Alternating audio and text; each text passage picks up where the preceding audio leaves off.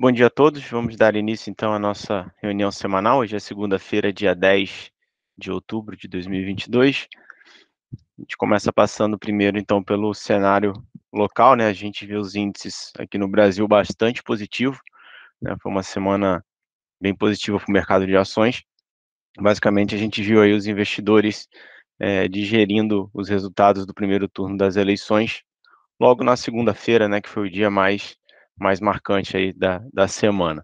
Tá, o Ibovespa subiu aí 5,76%, cotado a 116.375 pontos, né? Então, as eleições elas desenharam um congresso mais para o centro-direita, né, para o próximo mandato, minimizando aí possíveis riscos fiscais de um novo governo, né? Então, com um governo mais centro-direita, os investidores esperam por pautas mais reformistas e manutenção do teto de gasto, que acaba sendo bastante positivo aí para o mercado de ações. Essa forte performance, ela também se reflete aí nas nossas principais estratégias, né, destacando aí as carteiras do BTG que já chegam a 30% de rentabilidade no ano, uma alta aí bastante expressiva, gerando um grande alfa sobre o Ibovespa, que acumula até o momento 11% no ano, tá? Olhando para o cenário internacional, nos Estados Unidos a gente teve a divulgação do payroll, né? Então, a gente sempre cita esse indicador, o payroll é o relatório de emprego dos Estados Unidos, sai sempre na primeira sexta-feira do mês, ele mostra dados do mercado de trabalho americano, né? O relatório ele indicou aí a criação de 263 mil novas vagas em setembro, um pouco acima aí do esperado pelo mercado, e vimos também a taxa de desemprego caindo de 3,7% em agosto para 3,5% agora em setembro. Tá, os dados foram bastante sólidos, né, mostrando, dando espaço aí para o Fed, o Banco Central Americano, ele continuar subindo juros para esfriar aí o mercado de trabalho e conter a pressão inflacionária nos Estados Unidos. Além disso, a gente teve vários dirigentes do Fed se pronunciando ao longo da semana. O destaque principal foi o presidente do Fed de São Francisco, que reiterou que o Banco Central deverá manter os juros em patamares elevados até que a inflação retorne para a meta de 2%. Ao longo da semana, a gente viu bastante os investidores acreditando que de uma possível desaceleração na alta de juros pelo Fed, né? A gente teve alguns indicadores mistos que mostraram já uma fraqueza na economia americana. No entanto, na sexta-feira, quando saiu o dado aí do relatório de emprego, isso acabou vindo melhor do que o esperado pelo mercado, então isso continuou dando ainda mais espaço para o Banco Central continuar com a política que ele vem adotando, aí, uma política mais dura com relação à taxa de juros, tá? Os temores, então, que o Fed ele continue com uma alta significativa na próxima reunião levou o mercado americano a cair na sexta-feira, né, mas ainda assim acabou fechando a semana positivo, né, o S&P 500 subindo aí 1,5% na semana passada, tá? Na Europa, né, na zona do euro, a gente teve a ata da última reunião do Banco Central Europeu que trouxe uma preocupação crescente com o potencial de inflação, né? A gente vê alguns países lá na Europa fazendo alguns pacotes fiscais de estímulo, né, para a economia, e também junto com a fraqueza da moeda, a gente vê o euro se desvalorizando muito, principalmente frente ao dólar, e isso aí, já atrelado à inflação, ele pode manter aí um cenário um pouco mais inflacionário para a Europa também, diante de uma recessão que é iminente, né, para a zona do euro, tá? Os comentários eles reforçaram também as expectativas de grande aumento de juros nas próximas reuniões, mesmo com a preocupação que a economia da região esteja caminhando para uma recessão, para uma possível recessão. A provável alta de juros e o aumento do risco de recessão tiraram o fôlego das bolsas europeias, mas ainda assim a gente viu o Eurostoxx fechando a semana em alta de 1,73%. Na China, né, a gente vê a bolsa de Xangai aí toda zeradinha na semana e no mês até o momento. Isso foi devido ao feriado que se prolongou lá ao longo da semana, em função do feriado do Dia Nacional, tá? A Bolsa de Xangai ficou fechada a semana inteira, na semana passada. E por fim, a gente olha o índice de fundos imobiliários, né? O nosso IFIX ele teve aí mais uma semana de alta, subindo 0,40%, foi impulsionado principalmente pelos fundos de papéis. Tá? Os fundos de papéis integrantes do IFIX tiveram um desempenho médio de 0,93% na semana passada, enquanto os FIIs de tijolo tiveram uma performance média negativa de 0,15% na semana. Eu passo agora para o Leandro comentar um pouquinho de moedas aqui para a gente. Bom dia, Leandro. Bom dia, Gustavo. Bom dia para todo mundo. O que a gente vê aqui basicamente é aquela correlação famosa, né? Slides do Gustavo verde, aqui o meu vai estar vermelho, né? Então a gente vê a moeda aí, né, com uma forte queda, né?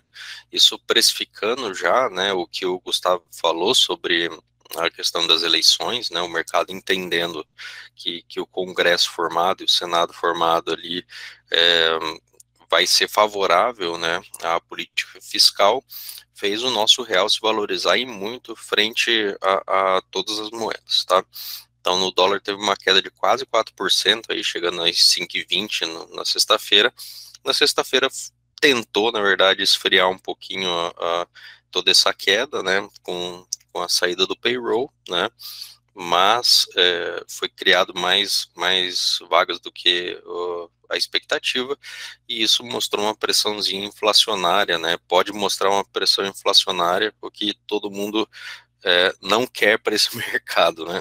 Então, mesmo assim, teve uma queda bem expressiva. Euro e Libra também, né? O real se valorizou frente a esses pares. E o DXY mostra um pouquinho, né, dessa versão a risco, né, com uma alta aí de 0,51, né? Vale lembrar que a taxa dos treasures, né, a T-Note de 10 anos, né, voltaram a tocar nos 3,90, né? Então isso é importante para a gente ver ativos de risco aí no futuro e como é que eles vão se comportar, tá? Aqui na parte das criptos, basicamente acompanhando o mercado de ações, né, mostrando um pouquinho mais de apetite a risco, mas aí nesse lateralizado, digamos assim, né, em 19 mil dólares e 1.300 dólares por Ethereum, tá? Então, basicamente é isso. A gente está de olho basicamente na inflação e agora, segundo turno das eleições, que vai influenciar um pouquinho mais aqui no nosso realzinho, beleza? Um abraço, até mais. Obrigado, Leandro. Dando sequência aqui, eu vou chamar então o Alipe para comentar de commodities agrícolas para a gente. Bom dia, Alipe. Bom dia, Gustavo. Bom dia, pessoal. Então, vamos lá. Em relação à soja, em Chicago, ela encerrou estável, né, em comparação com o semanal, isso lá fora. Os futuros da soja, eles terminaram o dia no campo positivo, isso na sexta-feira, né, mas não tiveram uma grande semana, né, isso para a soja lá fora. E a pressão maior entre os fundamentos, ela vem do avanço do plantio na América do Sul. A gente está num período de plantio aqui no Brasil, Argentina, Paraguai.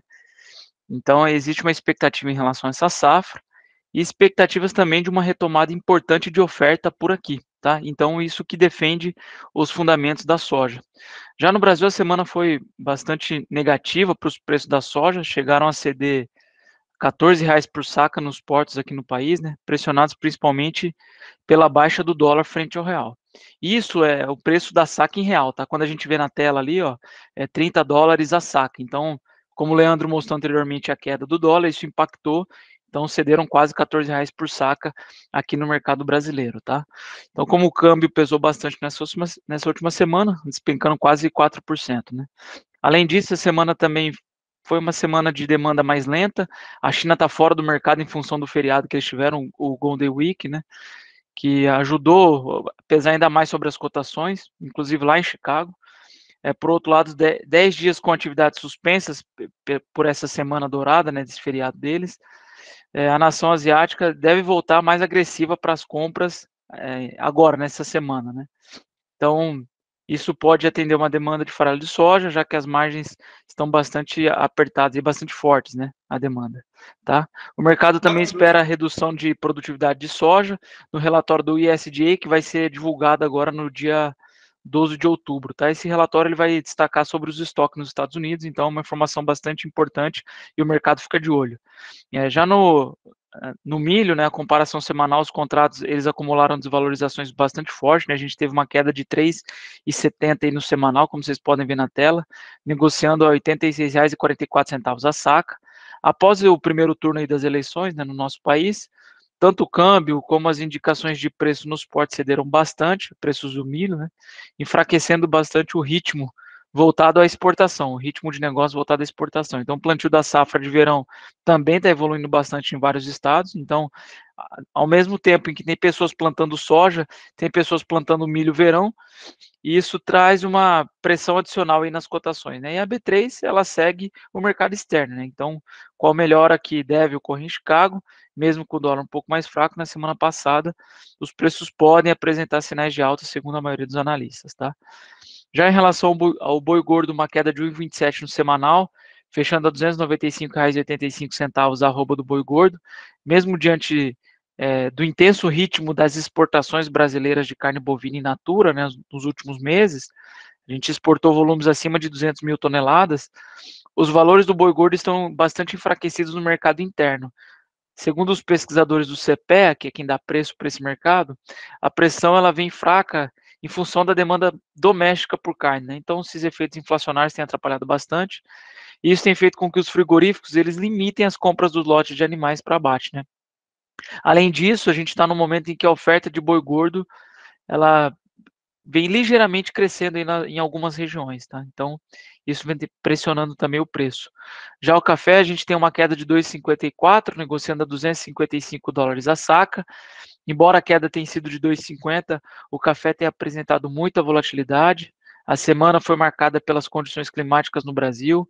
As chuvas pressionaram as cotações durante a semana lá em Nova York, mas ao mesmo tempo trouxeram muitos problemas no sul de Minas Gerais, né, com queda de granizo atingindo algumas lavouras de café. De acordo com o levantamento que foi realizado pela Emater, os plantios de café arábica foram os mais impactados, foram mais de 13 mil pés de cafés que foram impactados nessa geada, tá? Desculpa, nessa chuva de granizo. Ainda assim, continua no radar a preocupação com a oferta global do produto, de que certa forma ele é muito baixo, né? Então a oferta ainda é muito pequena. A produção da Colômbia, que é o segundo maior produtor de café arábica do mundo, ela não deve superar os 12 milhões de sacas neste ano, aumentando ainda mais essas preocupações aí com a oferta, tá? Já que a demanda segue bastante aquecida. Mas o que o pessoal segue no radar é o clima ainda, né? O clima é a pauta principal e é o que trouxe bastante volatilidade para o café arábica nessas últimas semanas e principalmente de olho no Brasil. Então, o comportamento do clima no Brasil, ele impacta diretamente a cotação do café arábica lá em Nova York. Tá bom? Então, essas foram as notícias agrícolas, Gustavo. Valeu, Lipe, obrigado. Bom, dando sequência, eu vou chamar o Diego aqui para comentar das demais commodities aqui para gente. Bom dia, Diego. Bom dia, Gustavão. Bom dia a todos, tudo bem? Vamos lá. Começando aqui pelo petróleo, né, pelo Brent. Saltou aí cerca de 15% na semana, né, mais precisamente 14,93 para uma máxima de 5 semanas nessa última sexta-feira. Foi bastante impulsionado novamente aí pela decisão da OPEP+, né, nessa semana que passou. Eles decidiram fazer o maior corte de oferta desde 2020, desde abril de 2020, quando houve ali o crash do Covid, tá? A organização decidiu reduzir a produção do petróleo em 2 milhões de barris por dia a partir de novembro, né, buscando aí basicamente estimular uma recuperação nos preços da commodity, né, mesmo com a alta do dólar, como até o Leandro comentou há pouco, né, depois que dados mostraram que a economia dos Estados Unidos realmente está criando mais empregos em ritmo forte, deram aí ao Fed provavelmente mais um gás, um estímulo aí para continuar com fortes aumentos na taxa de juros, né? Lembrando até porque o dólar mais forte, ele pode sim pressionar essa cotação da commodity, porque basicamente o dólar fica mais caro para os detentores de outras moedas, né?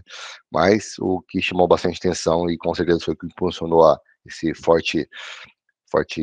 forte alta aí na semana foi essa decisão da OPEP+, em fazer esse corte, tá, da oferta em 2 milhões de barris de petróleo por dia.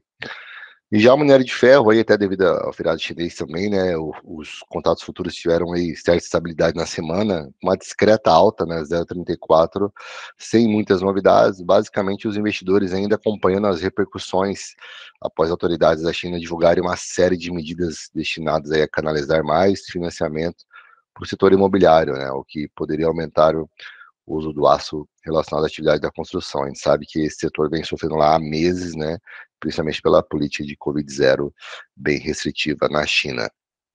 E o ouro, mesmo aí com a queda que houve na sexta-feira, onde o metal precioso foi bem pressionado na sexta-feira pelo avanço do juro dos treasuries, né, do Tesouro norte-americano do dólar, sobre os rivais, que o movimento ocorreu até diante dos dados do payroll que o Gustavo já mencionou.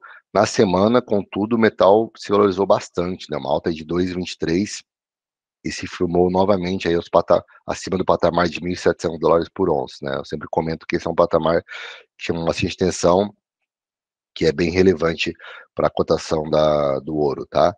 E também a melhora do apetite por risco, né, entre os investidores, vista no mercado acionário, principalmente no mercado americano, ajudou aí a impulsionar a cotação do ouro, do metal precioso. Pode passar o slide, por favor, Gustavo. Obrigado. Vindo aqui no nossos juros futuros aqui no Brasil, né, ao longo dos últimos dias, aí a taxa esperada de juros apresentaram uma leve queda, com uma intensidade um pouco maior aí a partir do vértice 27 e 29, ou seja, nos vértices do final da curva, né, os vértices mais longos. A semana foi marcada principalmente pelos resultados no primeiro turno das eleições brasileiras, com resultado mais apertado, né, a disputa presidencial, os agentes financeiros seguem confiantes com a adoção de uma política econômica, digamos, mais ortodoxa, né, no próximo governo, até o Gustavo já comentou isso, independentemente de candidato eleito, né? Essa é a visão, digamos assim, grossa do mercado, né? Já na seara internacional, o principal destaque foi a divulgação aí dos dados dos Estados Unidos, chamado payroll, né, que mostraram essa criação de trabalho abaixo do esperado pelo mercado. Entretanto, houve essa redução na taxa de participação da população na força de trabalho em setembro, o que pode indicar uma pressão maior ainda, né, nos salários, na inflação, levando aí uma política monetária talvez mais restritiva ainda pelo Fed, né. Além disso, as taxas de juros reais apresentaram uma singela queda também ao longo da semana, refletindo aí a redução da inflação esperada para os próximos 2 anos. Já para essa semana, no cenário internacional, o destaque será a política monetária dos Estados Unidos, com a ata aí da última reunião do Comitê de Política Monetária, né, do Fed, com o FONC, na verdade, e dados de inflação de setembro ao consumidor e produtor. E também essa semana que vamos ter aí, correrá diversas divulgações de dados chineses, né, então bastante atenção para isso, em referente a setembro, incluindo inflação ao produtor, dados do setor externo e de crédito, né, vamos ver como é que a China se comportou nesses setores em setembro. E no Brasil, o destaque continua sendo as eleições, né, e espera de sinalizações por parte dos candidatos. Na seara dos dados econômicos, teremos divulgação da inflação de setembro, medida pelo IPCA, né, o IPCA cheio, e do volume de serviço de agosto. Beleza? Agora é isso aí, Gustavo.